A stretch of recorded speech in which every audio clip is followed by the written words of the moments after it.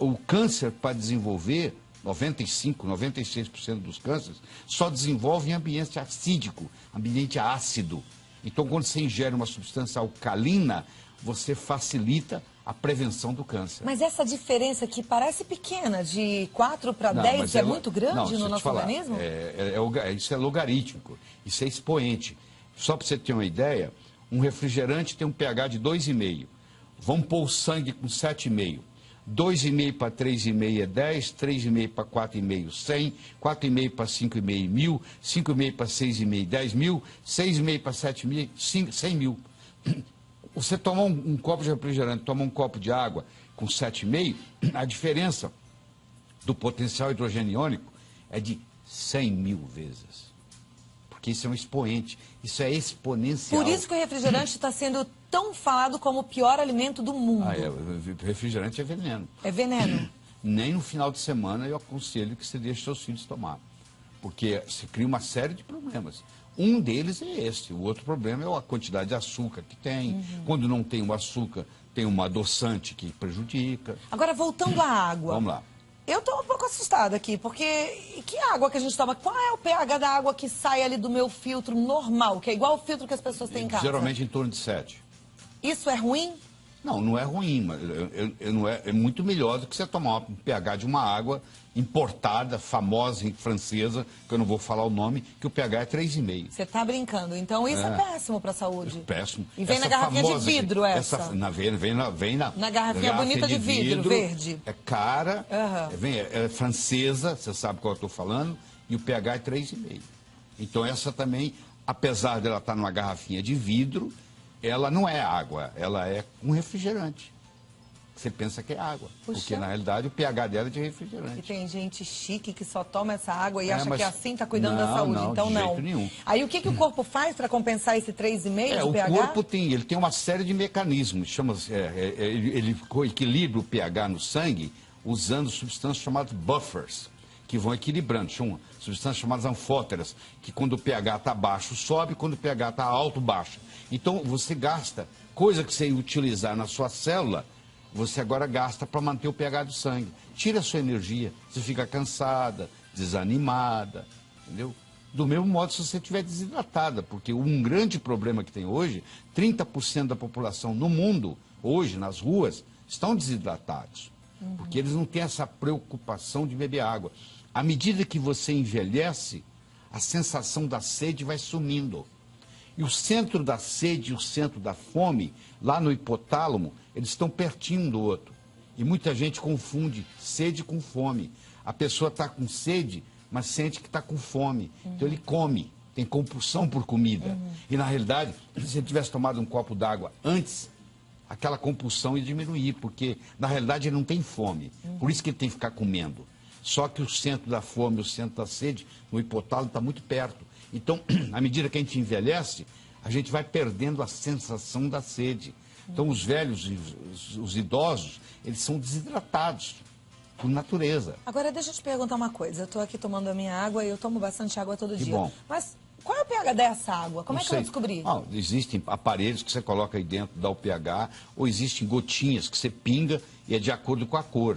De verde, azul para cima, verde para cima, o pH está bom. Quando der um amarelo, um laranja, um vermelho, o pH está ruim. Então hoje é fácil, em 1 minuto, você determina o pH da água. Se eu soubesse, teria trazido aqui para mostrar para você. Mas eu quero que você volte para a gente entender melhor esse assunto, porque é um assunto complexo e importante. Deixa eu te falar outro aspecto, mais importante ainda. É o poder de oxirredução. Tem água que é oxidante. Tem água que é antioxidante. Tem água que envelhece você. Tem água que rejuvenesce você. Então, você já ouviu falar de oxidantes e antioxidantes, radicais livres. Tem água que tem radical livre. Então, você toma água, é como se você estivesse te enferrujando. Então, isso é outro aspecto importante. Existe um outro aspecto importante, que é a tensão superficial da água. A água tem que ser leve, ela tem que ter uma tensão superficial muito baixa. Porque quando ela chega lá no capilar, às vezes ela tem que ir contra a força da gravidade. Então, tem água que você toma e ela não cumpre a missão dela. Porque ela tem uma tensão superficial muito alta. Entendeu? Puxa, a gente achava que água era água, né? E vocês mulheres tomam anticoncepcional. Esses anticoncepcionais, vocês urinam. Isso vai para os lençóis freáticos do Brasil todo. Então, a água hoje ela já vem contaminada, inclusive com hormônios. A água de torneira, ela vem contaminada, inclusive com hormônios. Ela é colocada... E quando ela passa pelo purificador, pelo Depende filtro? do tipo do filtro. Tem filtro que elimina os hormônios. Tem filtro, por exemplo, que tira o cloro. Até o cloro do chuveiro te faz mal.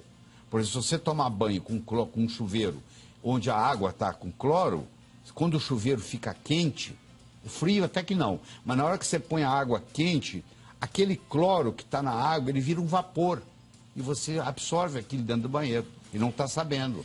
Então, hoje existem filtros, principalmente nos Estados Unidos, está chegando ao Brasil, onde você coloca o filtro no chuveiro. Então, só pelo cloro. Então, o filtro não deixa passar o cloro. Então, você toma um banho de chuveiro sem cloro. Aí você pode tomar banho de chuveiro quente, porque você não vai ter esse problema. A mesma coisa, Cláudia, em uma sauna úmida. Eu recomendo no Brasil você fazer sauna seca. Não faça sauna úmida, porque para fazer sauna úmida, a água tem que ser tratada com ozônio. Se ela for tratada com cloro, na hora que der o vapor, aqueles vapores ali são gases de cloro. Então, piscina aquecida com cloro é um veneno? Também é. Esse é outro problema. Piscina com cloro, se você nadar nela todo dia, você vai terminar com hipotiroidismo.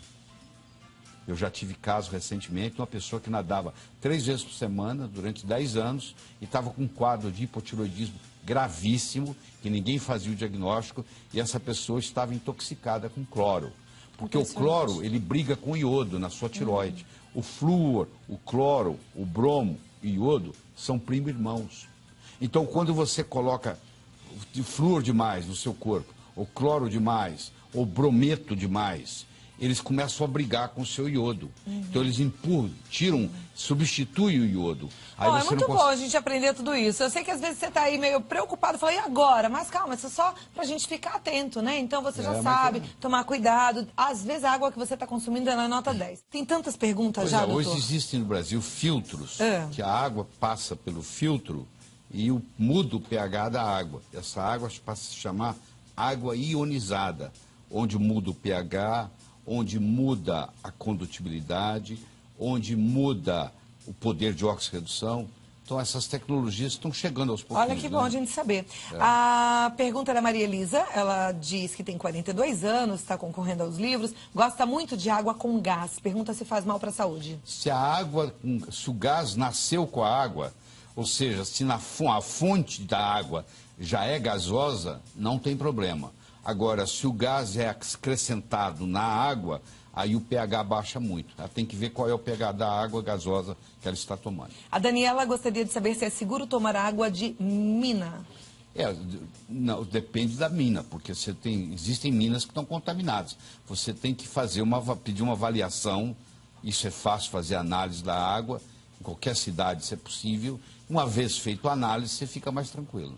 Ok. A Terezinha Tomás, boa tarde, eu faço parte de uma empresa que trabalha com um aparelho que dá água alcalina. Sim. E ela gostaria que a gente falasse um pouquinho mais dessa água. Pois é, eu estava dizendo, existem aparelhos, são filtros, que além de a água passa por esses aparelhos, eles fazem a filtragem, eliminam as impurezas e, por um processo tecnológico, muda o pH da água. E uma água, que, por exemplo, de torneira, que entra com pH 7, ele pode sair na hora de você beber com pH 9. E aí faz aquela compensação. E além de mudar o poder de oxirredução, ela pode entrar uma água oxidante e sair do aparelho uma água antioxidante. E aí já complementa, isso já responde a pergunta da Terezinha Tomás, ela é de Belém, a turma toda de Belém está assistindo ao programa hoje. Ela pergunta se, diz que lá a água é contaminada, ácida, e se esse aparelhinho deixaria a água alcalina e boa. Esses filtros, em geral, mudam o pH, além de cuidar da impureza, muda o pH. Você tem que tomar cuidado para ver que filtro que você vai adquirir. A Patrícia do Carmo, ela é de Eunápolis, na Bahia. Ela diz que comprou um filtro de barro e a água está com um gosto horrível de barro. Pode fazer mal à saúde? É difícil, porque eu não sei qual o filtro que ela adquiriu. Mas filtro de barro é uma coisa boa? Não necessariamente é ruim, não. Não necessariamente é ruim. Agora, tecnologicamente, não tem os mesmos recursos desses filtros que ionizam a água. É uma questão de o que você vai dirigir, uma bicicleta ou um carro, né? Okay. A bicicleta também te leva de um lugar para o outro. mas não leva do mesmo jeito que um carro leva. É diferente. Né? A Maravuashi, ela diz que a avó adora o programa e está perguntando se água de coco a gente pode beber todos os dias. Claro que pode. Aliás, um dos meus DVDs que eu entreguei para você aí é sobre as vantagens do coco. O coco substitui até o leite materno. Pra você ter uma ideia, o leite materno é importante porque tem 19% de ácido láurico. O coco tem 47%. Pode ser o de caixinha? Não. Pode ser o de latinha? Não, tem que ser o natural. Coco, tirado do pé. Porque os outros têm conservantes. Então, se você tomar todo dia, você também vai estar ingerindo um conservante que pode ser toxina todos os dias. O que eu sou a favor é do coco natural. A Mara Viana, ela diz que sabe que é necessário tomar 2 litros de água por dia, mas ela pergunta se ela tomar mais do que isso, por exemplo, 4 litros, pode fazer mal? A longo prazo, ela vai sobrecarregar os rins, porque essa água tem que ser eliminada. Os rins dela vão trabalhar numa sobrecarga. Então, se você tomar em excesso, você está também fazendo uma sobrecarga ao seu organismo, sem falar que você está eliminando sódio, aí você pode ter o que se chama hiponatremia, aí você vai ter que ingerir mais sal, aí começa então o mecanismo. A quantidade é essa, 2 litros? Acho que não chega bem a isso, não, tá? As pessoas falam 2 litros porque ninguém toma, mas na realidade, se você tomar 6 copos d'água por dia, você está ótima. Tá bom. Tá bom. A Débora Esposito pergunta se é verdade que em todas as águas há restos de fezes. Não, não é verdade. Não é verdade. Não é verdade. Inclusive, se passar pelo filtro, isso não tem problema nenhum, isso fica eliminado. A Maria Luísa Marino, ela é de Itatiba, São Paulo, diz que tem hipotiroidismo. E o médico recomendou a tomar bastante iodo. Isso é correto? É correto, sim. O iodo ajuda a sobremaneira. Nós temos 90 e tantos % da população no mundo é deficiente de iodo. E o iodo tem que ser uma chamada solução de Lugol. É o iodo misturado com iodeto, o médico seu vai te orientar. Você coloca 1 ou 2 gotas num copo d'água e toma uma vez por dia. Isso resolve bócio, trata cisto de mama, trata cisto de ovário. E pode ser uma água iodada? Pode ser uma água iodada, claro que pode. A Ana Lúcia de Santo André diz que Aliás, o sal brasileiro é iodado. Há muitos anos atrás, colocou-se iodo no sal. Mas como as pessoas têm salfobia, porque o sal pode aumentar a pressão, eles procuram não ingerir sal, a grande maioria. E aí acaba não ingerindo o iodo que o governo colocou no sal. Entendeu? A Ana Lúcia de Santo André, ela diz que tem pedra e cisto nos rins e gostaria de saber qual é a melhor água para o caso dela. Tá, a água sua que você tem que ingerir, a água alcalina vai ajudar. A grande maioria das pedras no rins é oxalato de cálcio. Um outro produto que não vai deixar você ter crise renal é você fazer uso de magnésio. Cloreto de magnésio é uma prevenção e tratamento contra a litíase renal, que é o que você tem, que é cálculo nos rins. Muito bom, hein? Gildete, do Distrito Federal, ela toma água sem filtrar. Antes ela coloca diretamente no recipiente de vidro e toma bem gelado. Ela pergunta quais são os cuidados que ela deve tomar. Bom, lá onde ela mora, se a água lá tem uma qualidade boa e não tem um pH muito baixo, eu não vejo problema nenhum. A Elaine Mota diz que tem uma filha especial e que devido aos engasgos, como ela é especial, ela engasga, com os líquidos, ela toma água com espessante alimentar. Isso modifica a função da água no seu organismo? Não modifica não. Não tem problema nenhum fazer com espessante. Aliás, parte da água, 40% da água que nós tomamos por dia vem na forma de alimentos. Por isso, quando a gente fala 2 litros, na realidade é 1 litro e qualquer coisa, porque o arroz tem água, o feijão tem água. Então, parte dos 2 litros por dia vem dos alimentos. A Maria Gorete pergunta se a água de coco faz mal para quem tem diabetes. Não, pelo contrário. Existem estudos mostrando que nas ilhas onde predomina na alimentação o coco, não existe diabetes. E pessoas que passam a ingerir ou o óleo de coco ou a água de coco, em geral, tem que diminuir a dose de insulina, se tomam insulina. Okay. É benéfico. Eu queria passar a tarde toda conversando com o Dr. Laí Ribeiro, né? Uma fonte de cultura e conhecimento e nos ajudou bastante a entender sobre esse assunto. Fico feliz. Mas volta pra gente conversar um pouquinho mais sobre outros também, ok? Tá.